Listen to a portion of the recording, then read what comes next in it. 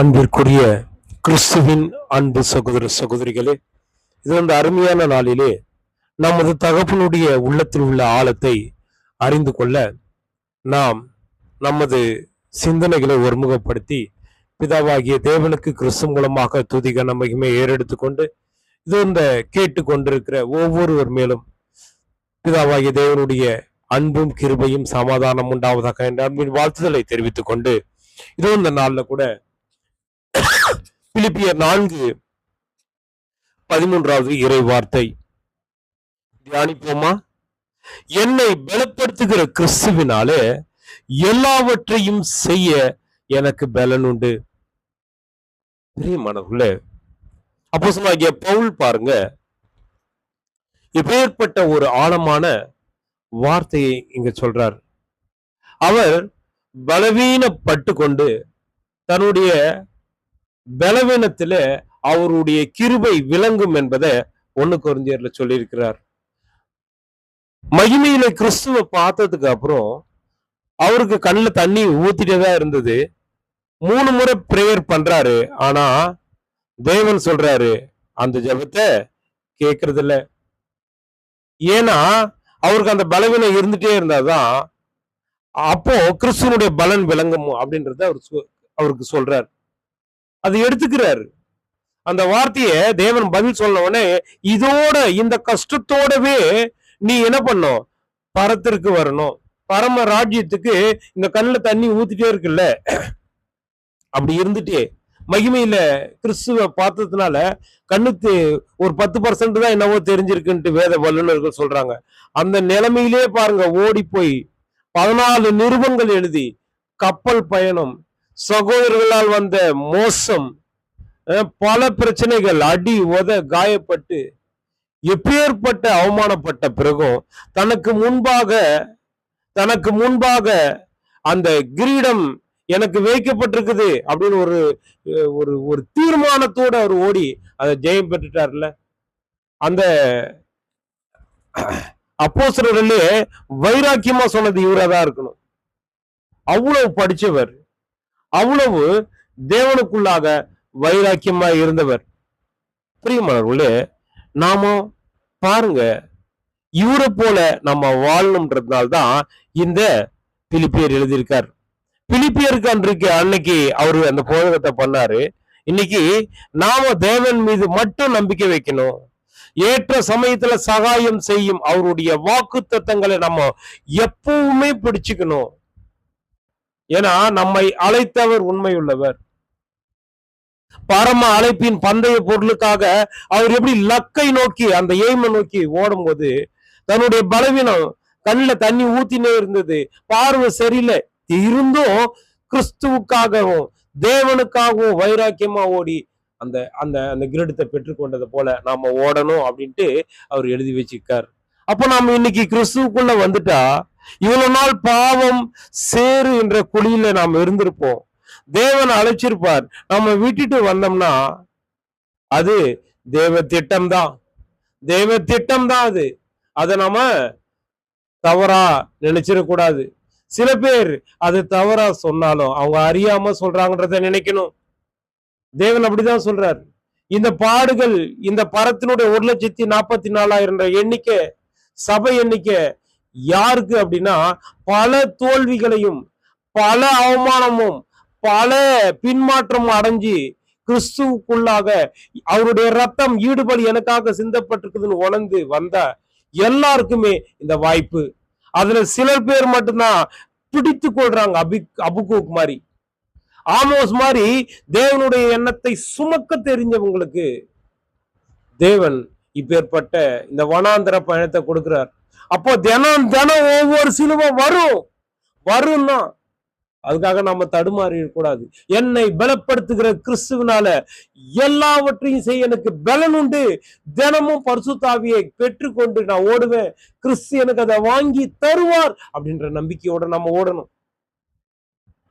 சரிங்களா? இவங்க அவருடைய வாக்கு தத்தம் ஆச்சரியமா பலப்பட்டிருப்பாங்க. இவ்வளவு நாள் நாம வேசித்தனத்துல நாம இருந்திருக்கலாம். இப்ப மன்னிப்பாரா அப்படின்னா மன்னிப்பார். அவர் அண்டையில வரணும். அப்பா நான் இவ்வளவு நாள் அப்பா உமக்கு விரோதமா பாவம் செய்திருந்தேன், இப்ப வந்திருக்கேன்ப்பா, என்னை ஏத்துக்கப்பா, என்னை புறம்பே தள்ளிடாதீங்கப்பா, என்னுடைய வேதனை கண்ணீர்ல நீ பாக்குறீங்கப்பா, அப்பா என்னுடைய பாரங்கள் என்னால் தாங்க முடியல, நான் விழுந்து போயிடுவனும், விழுந்துட்டேன் அப்படின்னு கூட பிசாசு சொல்றான்பா. ஒவ்வொரு நாளும் நான் உங்களுடைய ராஜ்யத்துக்குரிய காரியத்தை செய்யும் பொழுதும் ஒவ்வொரு சிலுவை வந்து என்னை விழ தள்ளுதுப்பா. அப்பா என்னை எழுந்து நிக்க உங்கள் பரிசுத்தாவியை கொடுங்கன்னு கேட்டா தருவார். வேதத்தில் அதுக்கு ஒரு உதாரணத்தை நம்ம பார்க்கலாம். 1 பேதுரு 4:1-2 அதை நம்ம வாசிக்கலாம். மாம்சத்துல பாடுபட்டாதான், இந்த மாம்சத்துல வேதனைப்பட்டாதான், கிறிஸ்துவோட பாடுகளை இந்த மாம்சத்துல அனுபவிச்சாதான் முன்னாடி நாம செஞ்ச பாவத்துக்கெல்லாம் இங்க பாடுகளை அனுபவிக்கணும். இதுக்கப்புறம் நீதி நிமித்தம் பாடுகளை அனுபவிக்கணும். இதுக்கு முன்னாடி நாம செஞ்ச தப்பால பாடுபட்டிருந்தோம். இதுக்கப்புறம் நாம நன்மை செய்து பாடு அனுபவிக்கணும். அப்படி அனுபவிச்சா நாம ராஜ்யத்துக்குரிய ராஜாக்கள், ராஜாத்திகள் நாம. அப்போ ஆவிக்குரிய சிந்தனையோட நாம இருக்கணும். எப்பவுமே நம்முடைய மைண்ட பிஸியாவே வச்சுக்கணும். பிஸியா வைக்காத ஒருத்தரை குறிச்சு நாம பார்க்கலாம். யாரு அப்படின்னு பார்த்தா 2 சாமுவேல், அதுல தாவீத குறிச்சு நம்ம பார்க்கலாம். பாருங்க, 2 சாமுவேல் 12ஆம் அதிகாரம் 7 அதுல இருந்து 10வது வசனம் வரையிலும் நாம் பார்த்தோம்னா நாம அதை பார்க்கலாம். என்ன என்று பார்க்கும் பொழுது பாருங்க, ஒரு சம்பவம் நடக்குது. நம் பத்சேபாள் அப்படின்றவங்களை குறிச்சு கிறிஸ்தவ அறியாதவங்களே இருக்க முடியாது. ஏன்னா தாவீத கண்டிப்பா கிறிஸ்தவர்கள் எல்லாருமே அறிந்திருப்பார்கள். அதே மாதிரி தாவீது கோலியாத்தை மேற்கொண்டார் அப்படின்றதும் நம்மளுக்கு தெரியும். சரிங்களா? கண்டிப்பா நம்மளுக்கு தெரியும். பிரியமானவர்களே, பாருங்க, ஒரு சம்பவம் தெரியும். கோலியாத்து பயங்கர ஒரு 15 அடி ஹைட்டு, பயங்கரமான பராக்கிரமசாலி. சவுல் ராஜாவே பயந்து நிற்கும் போது இவர் போய் அவரை தோற்கடிச்சிட்டு வராருன்றதும் தெரியும். சிங்கத்தவை கிழிக்கிற அளவுக்கு பலன் எப்படி தாவீதுக்கு வந்தது தெரியுமா? பரிசுத்தாவிற்குள்ள இருந்தது. அப்ப நாம கூட இந்த உலகத்துல அப்பேற்பட்ட காரியத்துல மாம்சத்தில் இருக்கும் பொழுது கூட நம்ம இந்த மாம்சத்தில் தானே இருக்கிறோம். இப்ப தேவன் அழைத்திருக்கிறார். நம்முடைய மாம்சத்தினுடைய காரியத்தை எல்லாம் விட்டுட்டு அந்த இச்சைக்குரிய காரியத்தை எல்லாம் விட்டுட்டு வந்திருக்கிறோம். இப்ப தேவன் நம்மளை கைவிட்டுருவாரா? கண்டிப்பா இல்லை. பிரியமானவர்களே, நம்மள கண்டிப்பா அவர் பரத்துல சேர்ப்பார், கண்டிப்பா சேர்ப்பார். ஆனா தாவீது பாருங்க, உண்மையா தன்னுடைய ஓட்டத்தை ஆரம்பிச்சார். இள வயதுல கரடியவே அவரு கிழிச்சு அடிச்சு துரத்துனத பார்த்திருக்கிறோம், கிளி அடிச்சு கொன்றத பாக்குறோம். சிங்கத்தவே தன்னுடைய கையால கிழிச்சு போடுறார். எப்படி இந்த பலம்? எப்படி இந்த பலம்? பரிசுத்தாவி அன்னைக்கு கொடுக்கப்பட்டது. இன்னைக்கு நம்மளுக்கும் பரிசுத்தாவி கொடுக்கப்பட்டு கொண்டிருக்குது. நம்ம அக்கிரமம், பாவம், மீறுதல், வேசித்தனம் பண்ணணும். இப்ப நம்மள தேர்ந்தெடுத்தார்ல. சாத்தான் சொல்லுவான், இல்ல நீ அவ்வளவுதான், நீ லாக்கி இல்ல, நீ தேவனுக்கு புறம்பானவன், நீ சபைக்கு தகுதி இல்லாதவன் கூட சொல்லுவான். ஆனா கிறிஸ்து சொல்றாரு, உன்னுடைய பலவீனத்துல என் பலம் பரிபூர்ணமா விளங்கும். அன்னைக்கு அப்போஸ்தலனாகிய பவுலுக்கு சொன்னார். பாருங்க, அந்த பலவீனத்தோட ஓடி போய் அந்த ஜீவகிரீடம் பெற்று கொண்டாருல. பிரியமானவர்களே, இன்னைக்கு நம்மளுக்கும் அப்பேற்பட்ட ஒரு வாய்ப்பை தானே தர்றாரு. நீ எவ்வளவு அக்கிரமம் பண்ணிருந்தாலும், நாம எவ்வளவு வேதனை படுத்துற காரியத்தை மாம்சத்துல வேசித்தனம் பண்ணிருந்தாலும் தேவன் மன்னிக்கிறார். கிறிஸ்து அதுக்காக தானே கொடுத்திருக்கிறார். சாத்தான் சொல்லுவான் மன்னிக்கலன்னு. பிரியமானவர்களே, இங்க நம்ம யாரை பார்க்கலாம்னா தாவீதை குறிச்சு நம்ம பார்க்கலாம். தாவீது பாருங்க, ஒரு உண்மையான ஓட்டத்தை ஓடுறாரு. தேவன் பேர்ல அவ்வளவு உறுதியா இருக்கிறார். கிறிஸ்துவ அவர் அறியல. தேவன் மட்டும்தான், யாவே தகப்பன் தான் பழைய ஏற்பாட்டு முழுசும் அவங்களுக்கு தெய்வமா அவங்க பார்த்தாங்க. அவர்தான் தெய்வம். ஆனா கிறிஸ்து அங்க மிகாயேல் தூதனா இருந்திருக்கார். பாருங்க பிரியமானவர்களே, 2 சாமுவேல் 12:7-10 நாத்தான் வந்து சொல்றார், என்ன சொல்றாருன்னா, இஸ்ரவேலின் தேவனுடைய கர்த்தர் சொல்றது என்னன்னா, உன்னை ராஜாவா 12 கோத்திரத்துக்கு ராஜாவா அபிஷேகம் பண்ணார். தாவீதே உன்னை அபிஷேகம் பண்ணார். ஆனா நீ கர்த்தருடைய பார்வைக்கு பொல்லாது செஞ்சுட்ட. உரியாவுடைய மனைவியை எடுத்துட்ட. உரியாவ அம்மோன் புத்திரர்கிட்ட பட்டயத்துல கொலை பண்ணிட்ட. நீ அவனுடைய மனைவியை எடுத்துட்ட. அவன் ஒரு பாவப்பட்டவ, அவளை எடுத்துட்டப்பா அப்படின்ட்டு அவருக்கு சொல்றார். சூழ்நிலை கைதியாக அங்க பத்சேபாள் இருக்காங்க. பத்சேபாள் பத்தி பார்க்கும் பொழுது தாவீது ஓட 8வது மனைவி. கிறிஸ்தவர்கள் எல்லாருக்கும் தெரியும், தாவீதுன்னு வந்தாவே ஒண்ணு கோலியாத்து, ஒண்ணு பெத்சேபாள் விழுத்துல விழுந்தது எல்லாருக்கும் தெரியும். பெத்சேபாளை பத்தி தப்பாவே நம்ம நினைச்சிட்டு இருந்திருப்போம். ஆனா நீதிமொழிகள் 31ஆம் அதிகாரம் அவர்களை உயர்வா காமிச்சிருக்கு. அதை நம்ம படிச்சிருக்கிறோமா? லேவியேலுடைய அம்மா போதிச்ச போதகம் அங்க குறிப்பிடப்பட்டிருக்குது. அவங்க எவ்வளவு உண்மையா இருந்திருக்கிறாங்க உரியாவோட விஷயத்துல அங்க ரெக்கார்டா இருக்கு. எங்க அப்படின்னு பார்க்கும் பொழுது 11ஆம் அதிகாரம் 2 சாமுவேல் 11ஆம் அதிகாரம் 26வது வசனம். உரியாவும் இறந்தப்புறம் அவங்க தன்னுடைய நாயகனுக்காக இலவு கொண்டாடினாங்க. இந்த விஷயம் கேள்விப்பட்டு எவ்வளவு பெரிய உண்மையா இருந்திருக்காங்க தெரியுமா? உண்மையா இருந்திருக்காங்க. பிரியமானவர்களே, தாவீது பாருங்க சோர்ந்துட்டார். தாவீது சோர்ந்துட்டார். தாவீது ஒரு அரசர் எப்படி இருக்கணும்னா, நீதி விசாரிக்க, ஒரு நல்ல சமயத்துல போர் புரிஞ்சு தன் மக்களை எதிரிகளிருந்து காப்பாத்தி அந்த மக்களுக்கு நல்லது செய்யறதுக்காக ஒரு அரசர் இருக்கணும். நீதி வழங்கணும். முற்றத்துல போய் எல்லாம் இருக்கக்கூடாது. அதே மாதிரி பகல்ல தூங்கக்கூடாது அப்படின்னு பல திட்டங்கள் அரசருக்கு கொடுக்கப்பட்டிருக்குது. உபாகமத்துல அதெல்லாம் இருக்கும். ஒரு அரசர்னா இப்படி இருக்கணும் அப்படின்னு. ஆனா இங்க பாருங்க, தாவீது எல்லாரும் போருக்கு போறாங்க, இவர் என்ன பண்றாரு? பகல்ல தூங்கிட்டு நல்லா தூங்கிட்டு சாயங்காலத்துல எழுந்து போய்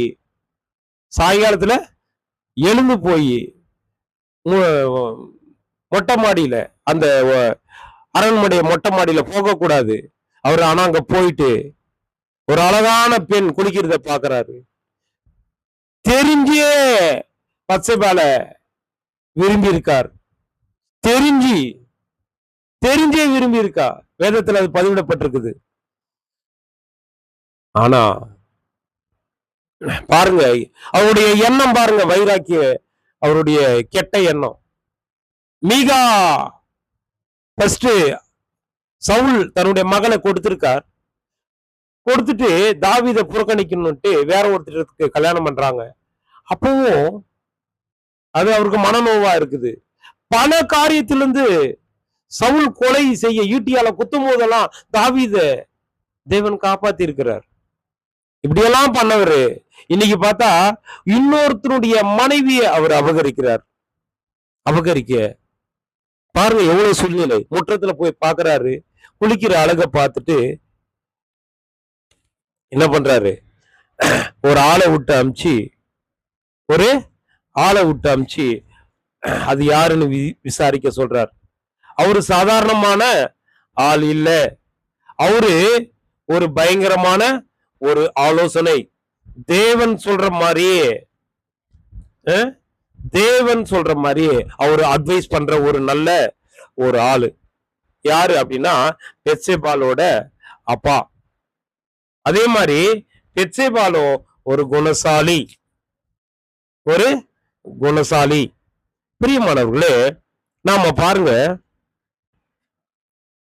பெத்சேபாளை பத்தி தவறா நினைக்க கூடாதுன்னு இதுல வேதத்துல பல காரியங்கள் நடந்து கொண்டிருக்குது. இங்க தாவீது அவளை பார்த்துட்டு, அவங்களோட அப்பா ஒரு நல்ல ஒரு ஞானவான்ட்டும், உரியாவும் ஒரு நல்ல போர்ச்சவன்ட்டும் நல்லா தெரிஞ்சியதான் பண்றார். அம்மோன் புத்திரருக்கு முன்பாக உரியாவை நிக்க வச்சு அவர் வேணும்னே கொலை பண்றார் உரியாவை. பிரியமானவர்களே, பாருங்க எவ்வளவு கேடுகட்ட எண்ணம். அப்புறம் அவங்க இறந்ததுக்கு அப்புறம் என்ன பண்றாரு, திருப்பி கூட்டின்னு வந்துடுறாரு. அங்க பாருங்க, ஒரு சூழ்நிலை கைதியாக தான் வராங்க பச்சைபால். ஏன்னா ஒரு சாதாரண மனிதன் இது மாதிரி கூப்பிட்டா அவனை அவாய்ட் பண்ணலாம். ஆனா இங்க கூப்பிட்டது யாரு, ஒரு நியாயம், 12 கோத்திரத்தை நியாயம் விசாரிக்கிற ஒரு ராஜா கூப்பிடுறாரு. இங்க வர முடியாதுன்னு எல்லாம் சொல்ல முடியாது. விருப்பம் இல்லைனாலும் வந்துதான் ஆகணும். அன்னைக்கு ராஜாக்கள் அந்த பவர் இருந்தது. அதனால ஒரு சூழ்நிலை கைதியா தான் பச்சைபால் வராங்க. சரிங்களா? பாருங்க, தன்னுடைய கண்ணோட உடன்படிக்கை பண்ணணும் அப்படின்ட்டு யோபு 31:1 யோபு சொல்றார், இந்த கண்ணோட நான் உடன்படிக்கை பண்ணிருக்கேன், நான் தப்பு பண்ண மாட்டேன்னு. ஆனா தாவீது அந்த கண்ணால பாக்குறார். அதாவது தன்னுடைய சோம்பல் காரியத்தை அங்க பதிவிடுறாரு தேவன் வேதத்துல. எல்லாரும் வேட்டைக்கு சண்டைக்கு போய், நீ அம்மோன் புத்திரர் கூட பாளையத்துல சண்டைக்கு போயிருக்காங்க. உரியாவும் போயிருக்காரு, யாரு, பச்சைபாலோட வீட்டுக்காரரும். ஆனா இங்க அரசர் போயிருக்கணும்.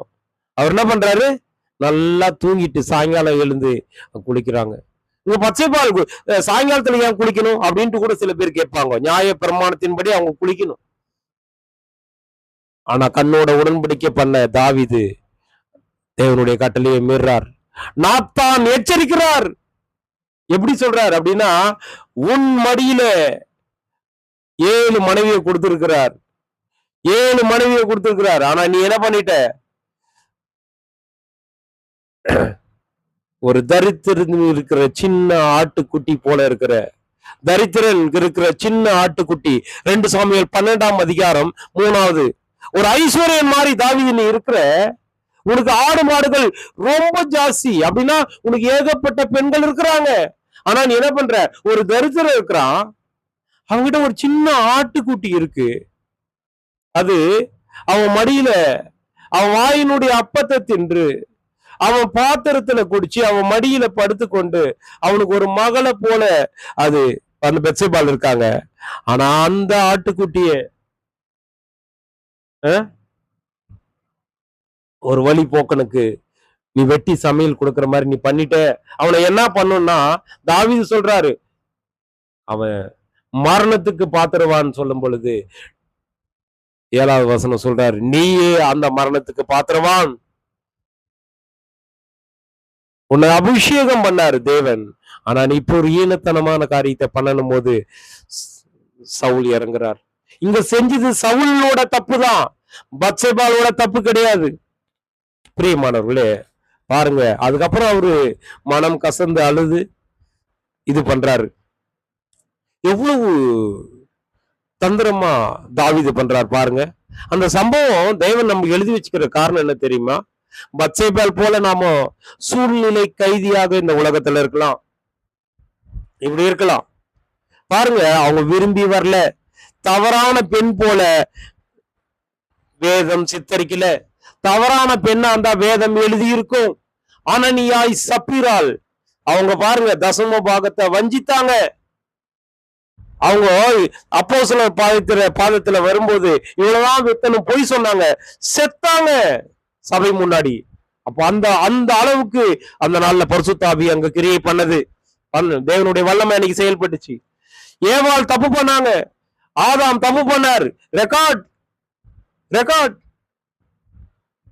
பேதுரு மறுதளிச்சார், ரெக்கார்ட்.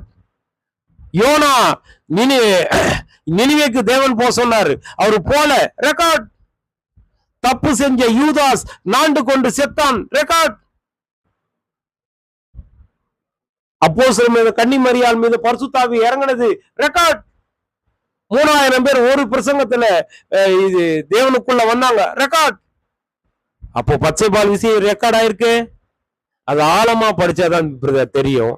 பச்சைபால் தாவீது மேல ஆசை கொள்ளல, தன்னுடைய கணவர் மீது உண்மையா இருந்திருக்காங்க. தன்னுடைய கணவன் அந்த போர்க்களத்துல இறந்த உடனே 7 நாள் துக்கம் அனுசரிச்சு தன்னுடைய நாயகனுக்காக இளவு கொண்டாடினாங்கன்னு இருக்கு 2 சாமுவேல் 11:26. நாயகன் அப்படின்னா ரொம்ப நேசித்து இருக்காங்க. பாருங்க, அவ்வளவு அழகா நேசித்தவங்க. தாவீது கொலை பண்ணாருன்னு தெரிஞ்சும் தன்னுடைய கணவனை கொலை பண்ணவும் கூடவே குடும்பம் நடத்துறாங்க. ஏன்னா அரசர் அவருக்கு மீறி ஒண்ணும் பண்ண முடியாது. சூழ்நிலை கைதியாக போயிட்டு அவங்க இருக்கிறாங்க. ஆனாலும் உண்மையா இருக்கிறாங்க. பாருங்க, நாத்தான் பத்சேபாளுக்காக போராடுறாரு பாத்தீங்களா? அந்த ஆட்டுக்குட்டின்னு சொல்றாரு. தாவீது கிட்ட போய் சண்டை போடுறாரு பத்சேபாளுக்காக. சரிங்களா? பிரியமானவர்களே, பத்சேபாள் எவ்வளவு சூழ்நிலை கைதியா இருந்திருக்காங்க பாருங்க. 8வது மனைவி, அவங்க முதல் மனைவி கிடையாது, 8வது மனைவி இருந்தும் தன்னுடைய பிள்ளைகளை எவ்வளவு அழகா வளர்த்திருக்காங்கன்ட்டு இங்க குறிப்பிடுறார். சரிங்களா? கொலை பண்ண தன்னுடைய கணவரை கொலை பண்ண அந்த தாவீது கூடவே குடும்பம் நடத்துறாங்க. துணி உள்ள பெண்ணா இருக்கிறாங்க. அது மாத்திரமல்ல, வெளியில குறை சொல்லின்னு தெரியல. கடவுளுக்கு முன்பாக கடவுள் இந்த சோதனையை தேவன் எனக்கு அனுமதிச்சிருக்கிறார் அப்படின்னு தன்னை அர்ப்பணிக்கிற குணம் அவங்க கிட்ட இருந்திருக்குது. அந்த சாலமோனைய, நாத்தானையும், இன்னும் 2 பேரையும் கர்த்தருக்கு உகந்த பிள்ளையா அவங்க வளர்த்திருக்காங்க. பிரியமானவர்களே, ஒரு ஞானம் நிறைந்த பிள்ளையா சாலமோனை அவங்க வளர்த்ததுனாலதான் தேவன் சாலமோனை ராஜாவா ஆக்கணும். உடனே அவரு கேட்கிறார், தேவனுக்கு அந்த ஆலயம் கட்டி 1000 ஆடு மாடை வெட்டும் போது, சோத்திர பலி ஏறெடுத்து பலியிட்ட போது தேவன் மனம் குளிர்ந்து வந்து சாலமோன் கிட்ட வந்து கேட்கிறாரு, உனக்கு என்ன வேணும் கேளுன்னு. அவரு எனக்கு இந்த இஸ்ரவேலரை நியாயம் விசாரிக்கிறதுக்கு ஞானத்தை மட்டும் கொடுங்கன்னு கேட்கிறாரு. அப்போ பாருங்க, இப்ப நம்ம பிள்ளைங்களாக்கு இருந்தா என்ன சொல்லுவாங்க? தேவன் வந்து நம்ம பிள்ளைங்க கிட்ட கேட்டா, எனக்கு ஐபோன் வேணும், பெரிய அரண்மனை வேணும், பங்களா வேணும்னு கேட்பாங்க நம்ம பிள்ளைங்க. ஏன்னா நம்ம வளர்க்குற வளர்ப்பு அப்படி இந்த உலகத்துல. ஆனா பத்சேபாள் வளர்த்த வளர்ப்பு பாருங்க, ஒரு அருமையான வளர்ப்பு. தேவன் கிட்ட எப்படி பேசணும்ட்டு சின்ன வயசுல இருந்து பக்குவப்பட்டி அவங்கள உபாவம் 6:6 சொன்ன பிரகாரம் தன்னுடைய கணவனையே கொலை பண்ண அந்த அரசர்கிட்ட அர்ப்பணிக்கிறாங்க. தேவனை இதை அனுமதிச்சிட்டாரு. நானு ஒரு சூழ்நிலை கைதியா இருந்தாலும் உண்மையா இருக்கிறாங்க.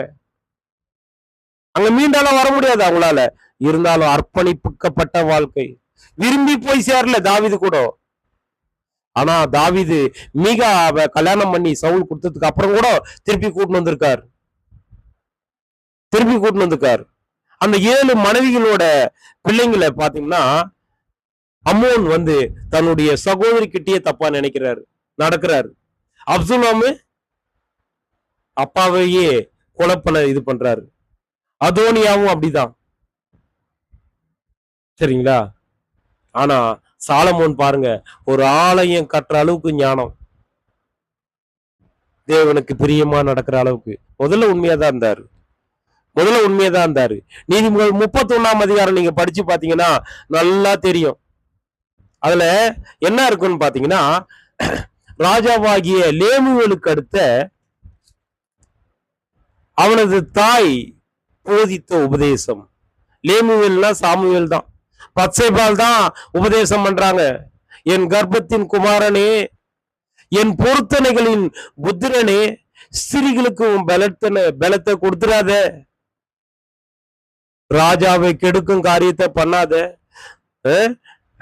தண்ணி அடிக்காத, திராட்சை ரசம் குடிக்காத, மதுபானம் பண்ணுனா நியாய பிரமாணத்தை மறந்துடுவ, நியாயத்தை நீ புரட்டி ஏழைகளை நீ வேற மாதிரி பண்ணிடுவ அப்படின்ட்டு ரொம்ப அழகா அங்க புத்திமதி சொல்றாங்க. பாருங்க, அவங்க அவ்வளவு அழகா புத்தி சொல்றதுனால்தான் அந்த சாலமோனை விட பெரியவரா இயேசு கிறிஸ்து வந்தார். ஆனா பழைய ஏற்பாட்டுல சாலமோன் அந்த இருக்கிற அந்த ராஜாவோட அந்த ஆடம்பரம், அந்த அரசவை, அந்த டெக்னாலஜி, அவரை மாதிரி ஞானம் யாருமே இல்லை. அப்போ அவ்வளவு வளர்த்தது யாரு? பத்சேபாள். பிரியமானவர்களே, நாம எப்படி இருக்கிறோம்? நாம எப்படி இருக்கிறோம்? நாம பெத்சேபாளை போல வளர்க்கிறோமா நம்ம பிள்ளைகளை? சூழ்நிலை கைதிகளா நாம கடந்து வந்து கொண்டுதானே இருக்கிறோம். ஒவ்வொரு நாளும் ஒவ்வொரு போராட்டம் தானே. தாவீதை போல பல பேர் நம்மளுக்கு ஏதோ ஒரு இச்சைக்காக, ஏதோ ஒரு ஆதாயத்துக்காக நம்மள சூழ்நிலை கைதியா வைக்கும் பொழுது அப்ப இருந்திருக்கலாம். அதுக்கப்புறம் அந்த சூழ்நிலையிலையும் பத்சேபாள் உண்மையா வளர்ந்திருக்காங்க. உண்மையா தன்னுடைய கணவன் இறந்த பின்பாக துக்கம் கொண்டாடி இருக்கிறாங்க. அதுக்கப்புறம் சூழ்நிலை கைதியாக தாவீது கூட வந்த போதும் அவருக்கும் உண்மையா இருந்திருக்கிறாங்க. அதனாலதான் ரொம்ப நேசித்தார் தாவீது. பாருங்க பாருங்க, அவங்க அவங்களுடைய வம்சத்துலதான் அவங்களுடைய பிள்ளைங்க 4 பேரு. அதுல சாலமோன் வயிற்று வழியா அந்த யூதா கோத்திரத்துல இயேசு கிறிஸ்து வரல. அவங்களுடைய 4வது புள்ளியா இருக்கிற நாத்தான் வழியாதான், அந்த மரியா வழியாதான் இயேசு கிறிஸ்து அந்த வம்சத்துல வர்றாரு. எவ்வளவு பெரிய பாக்கியவதி பாருங்க இந்த பத்சேபாள். நம்ம இவ்வளவு நாள் பத்சேபாளை தப்பா நினைச்சிருப்போம். அவங்க ஆசைப்பட்டு தாவீது கூட இருந்திருப்பாங்கன்னு. இல்லை பிரியமானவர்களே, அவங்க ஒரு சூழ்நிலை கைதியா இருந்தாலும் தேவனுக்கு உண்மையா தன்னுடைய பிள்ளைய வளர்த்தாங்க. அந்த வம்சத்துல இயேசு கிறிஸ்து வந்தாராம். இப்பேற்பட்ட ஆசீர்வாதம் பாருங்க. 1 3:5 இருக்கும். சிம்மாசனத்தையே தேவ திட்டத்துல தனக்கு பங்கு பாருங்க நிறைவேற்றிருக்காங்க. இதை நாம ஆழமா படிச்சாதான் தெரியும். பல தோல்விகளை சந்திச்ச நம்மளதான், பல அவமானம், பல பாவங்களும், பல அக்கிரமம் செஞ்ச நம்மளதான் தேவன் பரிசுத்தமாக்கி குளிப்பாட்டி தன்னுடைய திட்டத்தை நிறைவேற்ற பயன்படுத்துறார். பேதுரு அப்படிதானே. அப்போஸ்தலனாகிய சவுல் பாருங்க, அவரு முதல்ல பேர் தான் சவுல், அப்புறம் பவுல். ஸ்தேவானையும் கொலை பண்ணவர். அதுக்கப்புறம் உணர்ந்த போது தேவனுக்காக தன்னுடைய ஜீவனையும் கொடுத்தார். இன்னைக்கு நாம அப்படி இருக்கிறோமா? பெத்சேபாள் போல இருக்கிறோமா? அப்போஸ்தலனாகிய பவுலை போல இருக்கிறோமா? அல்லது யூதாச போல இருக்கிறோமா? யூதாஸ் போல இருந்தா தேவன் திரும்பி பார்க்க மாட்டார். பேதுரு மாதிரி இருந்தா திரும்பி பார்ப்பார். இயேசு கிறிஸ்து பேதுருவை திரும்பி பார்த்தார், யூதாச பார்க்கல. யூதாஸ் செய்த தப்புக்காக தான், மற்றவனை கெடுத்ததுக்காக தான் அவனை சாகடிச்சார். ஆனா பேதுரு யாரையும் கெடுக்கல. முதல்ல தவறினாரு, தேவன் உணர்த்துற போது திருந்தி வந்துட்டார்ல. அதுக்கப்புறம் பரிசுத்த ஆவி கொடுக்கப்பட்ட பிறகு தலைகீழா சிறுவில் அடிச்சு தேவனுக்காக மரிச்சார்ல. பெத்சேபாள் போல நம்ம இருக்கிறோமா? தேவனுடைய வார்த்தையை கேட்டிருக்கோம். தேவனுடைய ஆழமான சத்தியங்களை ஒவ்வொரு நாளும் கேட்டுக்கொண்டிருக்கிறோம். பெத்சேபாள் போல நாம நொறுக்கப்படலாம், சூழ்நிலை கைதியா இருக்கலாம், தாவீது கிட்ட மாட்டிக்கின்னு பல பாடுகள் பட்டிருக்கலாம். தன்னுடைய முதல் குழந்தை செத்த போது அவங்களும் கதறி இருக்காங்க. அதுக்கப்புறம் தன்னுடைய பிள்ளைகளை நல்ல முறையால் வளர்த்ததுனாலதான் நாத்தானுடைய வம்சத்தில் வந்தவங்க தான் அன்னை மரியாள். அவங்க வழியா வந்ததா இயேசு கிறிஸ்து. எப்பேற்பட்ட ஆசீர்வாதம் பாருங்க பத்சேபாளுக்கு. இவ்வளவு நாள் நம்ம அப்படி பார்த்தோம். அப்ப இவ்வளவு நாள் நம்மள தப்பா பார்த்திருக்கலாம் இந்த உலகத்தார். இப்ப கிறிஸ்துவனுடைய ஈடுபலியால ரத்தத்தால் கழுவப்பட்டு கொண்டிருக்கிறோம். நம்ம ஒவ்வொருத்தரும், இந்த குரூப்ல இருக்கிறவங்க எல்லாரும் கிறிஸ்துவனுடைய ரத்தத்தால கழுவப்பட்டு கொண்டிருக்கிறோம். நம்ம தனிமையானவங்க இல்ல. கிறிஸ்து நம்மை என்னை பலப்படுத்துகிற கிறிஸ்துவால எல்லாவற்றையும் செய்ய எனக்கு பலன் உண்டு என்று அப்போஸ்தலனாகிய பவுல் சொன்னது பிரகாரம் நாம ஆச்சரியமா பலப்பட்டு கொண்டிருக்கிறோம். தேவனால போதிக்கப்பட்டிருக்கிறோம். நம்முடைய பிதா, நம்முடைய அப்பா நம்மளுக்காக எல்லாத்தையும் செய்வார். மூத்த சகோதரன் நம்மளுக்கு கிறிஸ்து. அவர் அப்பான்னு சொல்லக்கூடாது. மனுஷன் நம்மளால ஒண்ணும் பண்ண முடியாது. பல காரியம் பண்ணாலும் தேவன் நம்மளை விடுவிப்பார். நம்முடைய பலவீனமா அப்பா, இந்த போராட்டம், இந்த பலவீனம் என்னை நோகடிக்குதுப்பா அப்பா, என்னுடைய கண்ணீர் வர வைக்குதுப்பா, என்னால தூங்க முடியல, ஒவ்வொரு நாளும் டார்ச்சரா இருக்குது, ஒவ்வொரு நாளும் சாத்தான் என்னை மேற்கொள்றா, என்னை பலப்படுத்துங்கப்பான்ட்டு ஏன் நம்ம கதறக்கூடாது? நாங்க கதறோம். அப்பா, நான் எவ்வளவு உமக்கு முன்பாக உங்களுடைய சமூகத்துல நாங்க பாவம் செஞ்சிருந்தோம், இப்ப வந்திருக்கிறோம்பா. இப்ப எங்களை பலப்படுத்துங்கப்பா. சாத்தான் எங்களை விழத்தள்ளுறான். ஆவியோடும் இந்த மாம்சத்தையும் ரத்தத்தையும் வென்றுட்டோம். ஆனா ஆவியோடும் துரைத்தனங்களோட எங்களுக்கு போராட்டம். சிங்கம் மாறி எங்களை தினம் தினம் சாகடிக்கிறாப்பா. பத்சேபாவை காப்பாத்துனீங்கல்ல, சூழ்நிலை கைதியாக இருந்தா உண்மையா இருந்தாங்களே, அது போல நாங்க வரோம்ப்பா. இவ்வளவு நாள் அக்கிரமம் பாவம் செய்தோம், வேசித்தனம் செய்தோம், இப்பெல்லாம் விட்டுட்டு வரோம். ஆனா கர்ஜிக்கும் சிங்கம் போல அவ ஏதோ ஒரு துரைத்தனத்தோட ஏதோ ஒரு பட்டயத்தோட எங்களை காயப்படுத்துறா. எங்களை விடுதலை பண்ணுங்க, ஜெபம் பண்ணா எங்களுக்கு நம்முடைய ஜெபத்தை கேட்பார். பிரியமானவர்களே, கேட்பார்.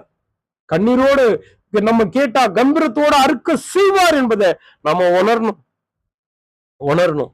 நம்மளுக்கு பலன் நல்ல நிலத்தில் விதைக்கப்பட்டவங்க. நாம முதல்ல முள்ளுல இருந்தோம், இச்சைக்குரிய காரியத்துல இருந்தோம், உலகத்தினுடைய மாம்சத்திற்குரிய காரியத்துல நம்முடைய கண்களை வித்துட்டு இருந்தோம். இனி தேவனிடத்துல கேட்கும் பொழுது தேவன் நம்மளை பலப்படுத்துவார். அப்ப 30, 60, 100மா நம்மளுக்கு வித்தியாசத்தோடு பலன் கொடுக்க செய்வார். அதிக நேரம் உழைச்சி சின்ன பலன் கொடுக்கிறோமா, இல்ல முழு பிரயாசத்தோட உழைச்சி அதிக பலன் தேவனுக்கு கொடுக்கிறோமா? அவருடைய கையில நம்மளுக்கான கிரீடம் வைக்கப்பட்டிருக்குது. அன்னைக்கு அவர் ஓடி போய் பெற்றுக்கொண்டாங்க. பத்சேபாலும் தாவீது முற்பிதாக்கள் எல்லாம் நம்மளுக்கு பின்னாடி வர போறாங்க. நம்முடைய லைஃபை பார்த்து அவங்க தெரிஞ்சுறாங்கன்னா நம்ம இவ்வளவு நாள் வாழ்ந்த வாழ்க்கை கேடானதா இருக்கலாம், பலவீனப்பட்டதா இருக்கலாம், விழுந்து விழுந்து எழுற மாதிரி இருக்கலாம். நீதிமான் 7 நேரம் விழுந்தாலும் எழுந்திருப்பான்னு சொல்றாங்க. நம்ம நீதிமான் தான், விழலாம், அவரு செஞ்சிருக்கலாம். எல்லாத்தையும் அவருடைய பாதத்துல நம்ம அர்ப்பணிச்சு விட்டா தேவன் மன்னிச்சு நம்மளை பரத்துல சேர்ப்பார். பெத்சபாலை ஏற்றுக்கொண்டவர் நம்மளையும் ஏற்றுக்கொள்வார். தாவீதை போல பல இக்கட்ல பிளான் பண்ணி செஞ்சிருப்போம், தப்பு செஞ்சிருப்போம், எல்லாம் விட்டுட்டு வந்தா போதும். இப்ப நம்மளை மன்னிக்கிறேன்றார். நம்மளுக்கான தூதர்கள் கொடுக்கப்பட்டாச்சு. இப்ப நம்ம ஓடி வந்தா போதும். கிறிஸ்துவனுடைய ரத்தம் நம்மை கழுவி சுத்தப்படுத்தி அவருடைய ராஜ்யத்துல சேர்த்துக்கும். இந்த உலகம் இன்னும் எவ்வளவு நாள் ஓடும்? இந்த உலகத்துல எவ்வளவு நாள் நாம் வேஷம் போடுவோம்? இந்த உறவு எவ்வளவு நாள் நீடிக்கும்? எல்லாம் கொஞ்ச நாள்.